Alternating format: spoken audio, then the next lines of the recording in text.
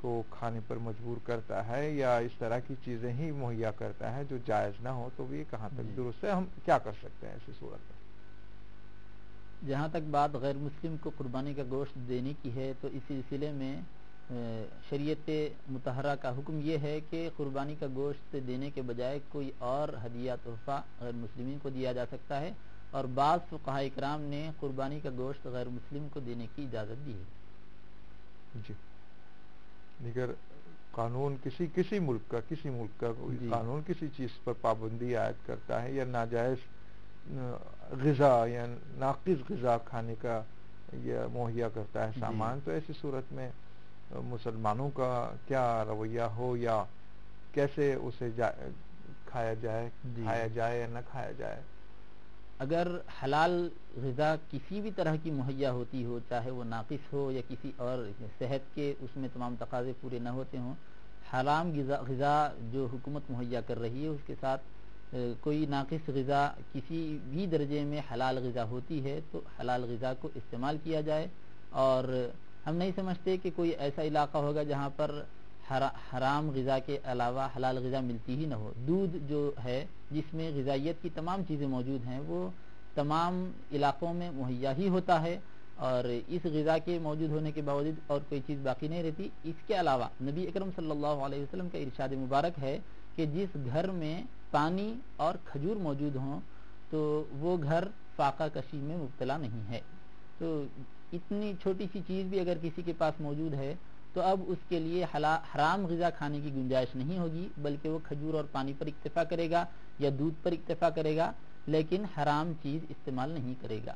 شریعت مطہرہ میں حرام چیز کو مجبوری کی صورت میں استعمال کرنے کی جو صورتیں بتلائی گئی ہیں، ان صورتوں کا مطلب یہ ہے کہ اس کے علاوہ کوئی اور غذا موجود نہ ہو، حرام غذا کے علاوہ کوئی اور غذا موجود نہ ہو، اور نہایت مجبوری والی ایسی صورت ہو کہ آدمی اگر اس کو استعمال نہ کرتا ہو تو اس کی جان جانے کا اندیشہ ہے، تو ایسی محدود اور مخصوص صورت میں اس کی گنجائش بتلائی گئی ہے، لیکن یہ گنجائش ضرورت کی حد تک ہی رہتی ہے۔ جب وہ مجبوری ختم ہو جاتی ہے اور جان جانے کا جو اندیشہ ہے وہ اندیشہ ختم ہو جاتا ہے تو پھر وہ اجازت بھی ختم ہو جاتی ہے، اب پھر حرام چیز کو، حرام غذا کو استعمال کرنا ناجائز ہی رہتا ہے۔ یہاں وہ مثال صادق آ گئی، لقد کرمنا بنی آدم، پروردگار رحم کھاتا ہے، محترم رکھتا ہے انسان کو، احترام کرتا ہے انسان کا، اور جہاں حرام یہ پابندی جو لگا دی گئی تھی اسے بھی اس وقت میں جائز قرار دیتا ہے۔ سبحان اللہ۔ کالر لائن پر موجود ہیں، السلام علیکم۔ ہیلو، ہاں بھائی السلام علیکم۔ جی محترم، وعلیکم السلام، کون کہاں سے؟ جی محمد امتیاز صاحب فرام رانچی۔ جی امتیاز صاحب بتائیں، سوال بتائیں۔ ہاں جناب، میرا سوال یہ ہے جی کہ آج مسلمانوں میں شادی کا جو مسئلہ ہے، جی اس کے متعلق مارواڑیوں میں جو کلیکٹو شادی جو ہوتا ہے ہال میں یا بہت سے مطلب کسی خاص جگہ پر، جی کیا مسلمانوں میں غریبوں کے لیے یا مسلمانوں میں شادی کا مسئلہ حل کرنے کے لیے جی یہ کلیکٹو طور پر شادی کا کوئی انتظام یا کوئی سلسلہ قائم نہیں کیا جا سکتا؟ اس کے معاملے میں کیا کہنا ہے؟ ایسے تو بہت سارے جگہوں پر اجتماعی شادیاں ہو رہی ہیں، لیکن میں ان جنرل سماج کی بات کر رہا ہوں، اور مفتی صاحب اس بارے میں کیا کہتے ہیں دیکھتے ہیں انشاءاللہ۔ بہت شکریہ آپ نے جوائن کیا ہمیں رانچی سے، اور ایک یہ بہت ہی چھوتا ہوا مسئلہ ہے، دلوں کو چھونے والا ہے۔ بہت ساری بہنیں اور بھائی لوگ بن بیاہ بیٹھے ہوئے ہیں کئی مسائل کی وجہ سے، تو ان کو کیسے آسان کر سکتے ہیں، انشاءاللہ اس پر روشنی ڈالیں گے۔ مفتی صاحب بات کرتے ہیں، دیگر کالر بھی لائن پر موجود ہیں کوئی۔ السلام علیکم۔ السلام علیکم۔ وعلیکم السلام ورحمۃ اللہ۔ محترم کون کہاں سے؟ میں بمبئی سے بول رہا ہوں۔ جی محترم بتائیں، سوال بتائیں۔ سوال یہ ہے کہ ماں کا حکم مطلب فرض مطلب ادب کیا ہے؟ ماں کا ادب کیا ہے؟ جی حکم کیا ہے؟ مطلب بچے لوگ ماں سے ادب کیا کر سکتے ہیں، ادب کے بارے میں؟ بہتر صاحب، بہت شکریہ آپ نے ہمیں کال کیا، انشاءاللہ آپ کے سوال کا جواب جانے گا۔ دیگر کالر بھی لائن پر ہیں۔ السلام علیکم۔ ہیلو، السلام علیکم۔ محترم کون کہاں سے؟ ہاں السلام علیکم۔ وعلیکم السلام محترم، کون کہاں سے؟ ہم اورنگ آباد سے بول رہے ہیں۔ جی عالم صاحب کا ہمارا